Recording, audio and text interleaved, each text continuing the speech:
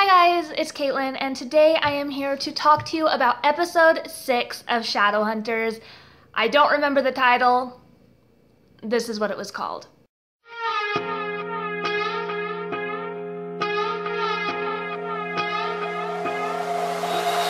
So, since I have been trying to organize my episode reviews a little bit better, it is going to be in the same general format as last time. I'm going to first tell you what I thought of the episode and kind of general why, then I'm going to give you a brief synopsis of what happened, and then I'm going to get more into the specific details of the episode. I'd probably give this episode a B, maybe a B minus. Not a lot happened in this episode, so I didn't take away points for, really bad CGI or really lame fight sequences, because overall there weren't too many of those, and the ones that were present were actually executed pretty well. There were a ton of things in this episode that I liked. There were a lot of character interactions that I really enjoyed. There were a lot of moments that actually made me laugh. But the reason I couldn't give it a higher score than this B, maybe B minus, is because I found the episode a little bit boring. I kept checking to see how much time we had left, and not a lot happened in this episode. It was more setting things up, which is why I didn't take points away, was because it did give us kind of a backstory and kind of fill in the blanks that some people might have had without being excessively info dumpy. But at the same time, as it's setting all these things in motion, I felt like I could have used with a little bit more action. But so many buts. I think that it did a good job of setting things into motion and kind of giving you an idea of where things are going to go in the future. So this episode began very, very close to where the previous episode ended, and that is with Luke is dying from the poison from the Alpha Bite. So they take him to Magnus, and Magnus essentially says, okay, I know how to save him, we need to make this potion, but we're missing these ingredients. So he sends Jace and Simon to go searching for these ingredients to the potion to save him, and he says that he wants Alec to come and to kind of help him save Luke's life. Clary stays behind with Magnus to try to help keep the potion that he started going and to kind of help him with Luke as much as possible, and that's when he starts to tell her kind of the history of the Circle and their involvement with Downworlders. And then at some point in here we get to meet Max, we get to understand kind of the drama going on with Maris and with Robert Lightwood and how that's impacting Alec and Isabel, because in order to fix their family's reputation, because apparently the last day and a half with Clary has ruined it, the Lightwoods have decided that Alec is going to have to succumb to an arranged marriage. When Izzy finds out about this, she decides to intervene. She's like, I'll clean up my act, I will bring back our family's honor, and then it just kind of shows this whole character transformation where she throws out all of her old clothes and starts dressing more conservatively and more properly without the cutouts and the cleavage. And so it's interesting because it implies that she's probably going to be setting herself up so that she is going to be the one with an arranged marriage soon, which is interesting because this is a direction that the story never even looked at in the books. So I'm interested to see what direction they're going to take this. Is this how they're going to bring Sebastian into the story? That'll be really interesting to see. This isn't a very good intro though, because that is speculation, which has nothing to do with the plot of the previous episode. Simon and Jace successfully accumulate the necessary ingredients, and Alex shows up just in time to lend Magnus some strength so that they can save Luke's life. And then as we end with Luke's version of what happened with the Circle and what led to the downfall and the uprising on all of that, which is a slightly different version than what Magnus knew, because Luke obviously was an innermost part of the Circle, being Valentine's prerogative. And this episode ends as we find out what the JC box is, that it belongs to Jonathan Christopher, who was Clary's brother, who was killed in a fire that Valentine set, and that's when she realizes where her mother hid the mortal cup inside a drawing. I'm just going to go down my bulleted list as I was making the observations of what I thought and what kind of impacted me throughout the episode. But before I do that, I just want to say, I am so glad we got to meet Max. Max is so important. I love him so much. I'm so excited that we get to see him, and I like that they kind of evolved his character a little bit, because in the books he was more of this goody-goody, very solemn, well-behaved child, but in this one they're giving him a sense of mischief. They're showing that he has this personality, that he's a troublemaker. He's a lot like Isabel, and that made me really happy. But now we're actually going to get into my specific thoughts on the general topics that happened in this episode. First off, this episode episode starts with Luke kind of having like this vision of Jocelyn in this garden, telling Luke that he needs to tell Clary all the details in order to stop Valentine, not necessarily to save her. And so Luke kind of comes to from this dream, and Clary is there, and obviously he's still poisoned, and he's going off about, oh, I need to tell you. And this is one of my biggest pet peeves in stories, is he's trying to tell her, Clary, I need to tell you. I have to tell you. And she's like, no, don't. You'll be fine. Oh, like, I hate when stories do that, because first off, it's setting it up that either one, someone's going to die and you're never going to get the information, or two, half the time, like, this person's going to forget the information, which didn't happen in this episode, thank heavens. But I still freaking hate it when they do that. Like, let me give you this information that's very, very crucial, and I only have a couple seconds to say it. No. Why do they do that? That's when Magnus starts telling them, okay, well, I need Shadowhunter energy, and I need these missing ingredients to create this potion to save Luke's life. And so Jace kind of steps forward and he's like, I'm here. And Magnus is like, I want Alec. I want virgin Shadowhunter energy. And Simon's like, that explains a lot. And then we have like freaking Jace is just like,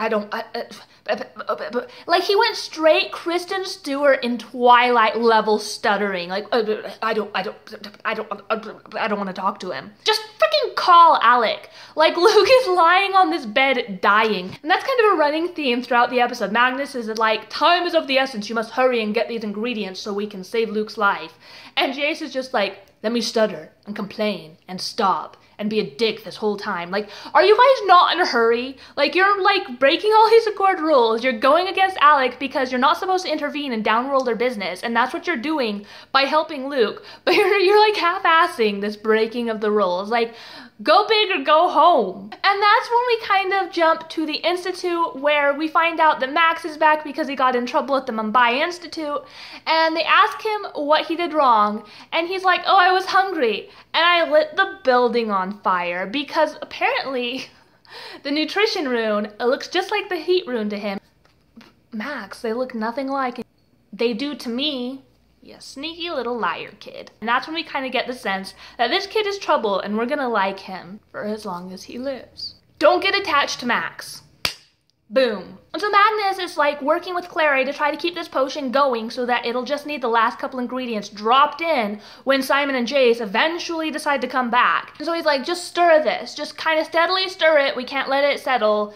And then he goes away like 5 feet to grab the next ingredient. And then Clary's immediately like, I'm done stirring. I can't do this anymore. I don't know what to do. Like, he just told you what to do. Stir. Stir. Don't you care about Luke? You're sitting there crying about Luke. Stir the fucking potion, bitch. What are you doing? And then we jump to Jace and Simon, who are like meandering down the alley very slowly, like freaking arguing. And there was a moment in there where I was like, fuck yes. Jace is talking all this shit to Simon, and Simon calls him out on how shittily he treats Alec. It's just like, come here, sit, lay down, good boy, bad boy.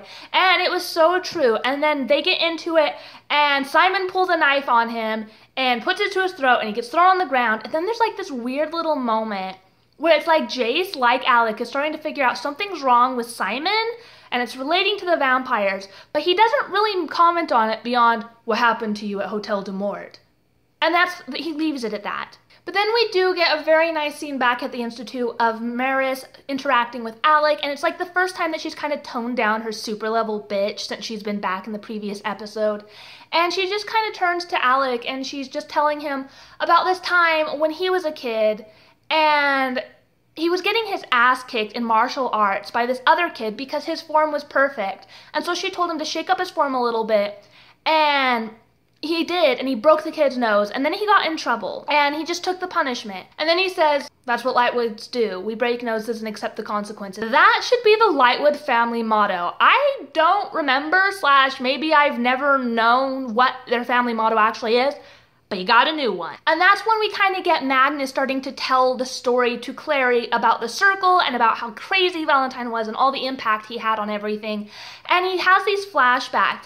And from the flashbacks, it's pretty clear that Jocelyn was against what Valentine was doing. Like, at one point, it shows him come back covered in blood, and she's like, you know, what happened? Did he instigate it?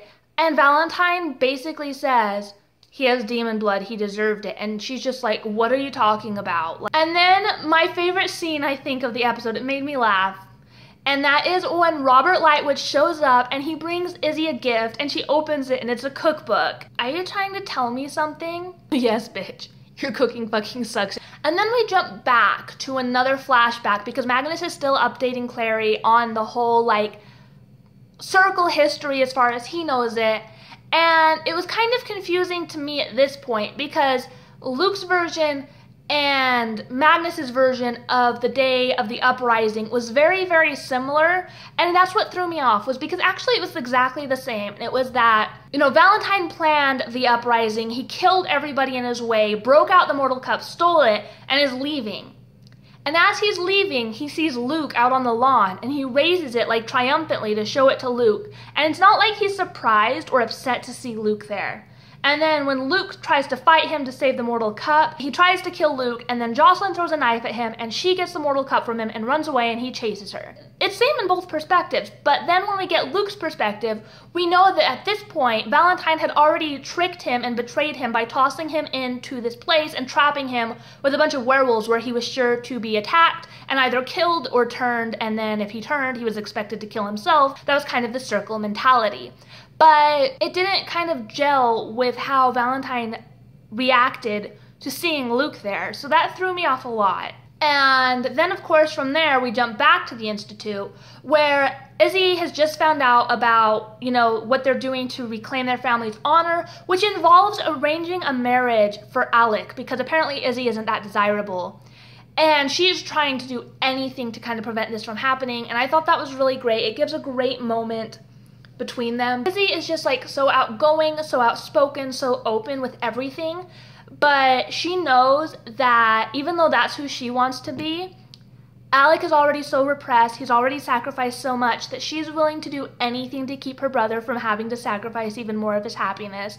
And it's great, even though they like bicker right in there, and he ends up kind of shoving her off and walking away and leaving her behind. She is so determined to protect him and to let him have his happiness and to do anything she has to kind of prevent this from happening to him. It was really, really just a great moment. And then we jump back to Simon and Jace finally, and they've just arrived at like this apothecary shop type place, and Jace is like, you're not coming inside, mundane.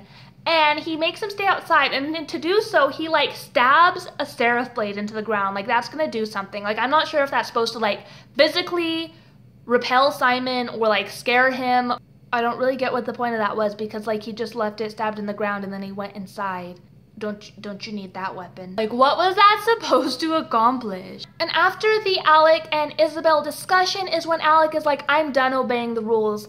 I've obeyed the rules and they keep screwing me over. I'm just gonna go to Magnus's and help him like he wanted. Screw the rules. And he gets there, I believe, right around the same time that Jace and Simon finally get back with the final ingredients. And Magnus is using all of his strength to try to save Luke, because Luke is like dying and he has to use his magic because the potion isn't ready yet. Magnus just looks at him and he goes, help me, I need your strength. And then Alec gives him his hand and he's like, take what you need. And I died. And then they save Luke, and we have this beautiful Alec and Clary moment, because I just ship them as everything. Like, they just need to be best friends, but they just have another friendly chat, and she just lets him know that she appreciates him and she admires him. And the thing I really love that they're doing with this show is all that's going on. Like, obviously, Jace is never ever on Alec's side. It's like they're this on-again, off-again relationship. Like, Jace is the one who's a piece of shit, keeps pushing Alec away. Alec keeps coming back. Jace is nice to him for a minute, then pushes him away, and then he's like, oh, I miss you, come back, I'm sorry. But he doesn't mean it. It's just going to be a repeating cycle, and Alec needs to get out of it. But I really loved that moment because they're just so great together. Like, it feels like, even though, you know, Izzy is such a great supportive sister, she more like calls him out on a lot of things and then does it for his own good. Clary kind of gives him these compliments. She's actually like the only person just constantly giving him like this positive reinforcement and like straight up telling him. Like, Isabel implies pretty strongly that she knows. Clary is the only one who straight up tells him that she recognizes, she identifies these parts of him and these aspects of his character, and it's okay, and she approves, and she gives him like this positive feedback. And I feel like that is just so important, and it's so sweet, and it means so much to see that played out on the screen, because it definitely wasn't in the books. I'm really, really loving their friendship and their relationship and how it's developing on the series. And then as Clary gets called into the other room to talk to Luke, and then that's when Jace and Alec have their 5 millionth makeup session.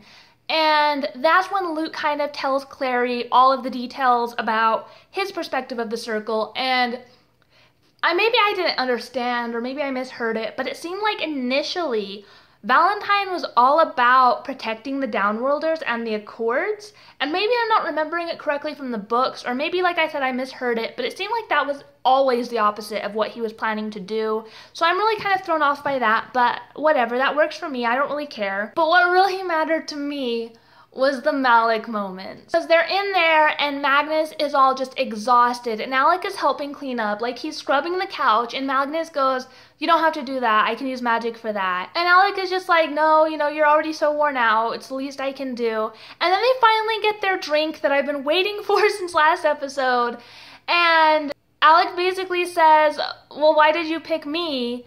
Why did you need me to come here?" And Magnus goes, "He didn't tell you what I said?" And Alec is like, "No." And he goes, "Doesn't matter, it was a lie anyway." He just wants Alec around, and it's so sweet. And then they have the, oh my gosh, Alec smiles so rarely. And then we have another Alec smile, and his smile just lights up the entire world. And then we get the reveal about JC being Clary's brother, who's killed in a fire by Valentine, and that's when her feelings towards Valentine shift from kind of like a he's a psycho, but I feel bad for him, to holy fuck, this guy's a piece of shit. And that kind of implies that maybe they're going to be introducing Sebastian a little bit earlier than they were initially. Like, I don't know, this episode was a little weird for me. It was all over the place, but Malec made up for it, Alec's existence made up for it. When we see that Isabel is proppering herself up, that really, really implies and proves to me that we're going to go in a very interesting direction here very quickly. Thank you guys so much for watching this video. I hope you enjoyed it. What did you guys think of the episode? What grade rating would you give it? Do you agree with the things I said? Do you disagree with the things I said? Go ahead and let me know by commenting down below. Hit like if you like my video, hit subscribe if you really liked it, and I will talk to you guys next time. Thanks again so much for watching. Bye!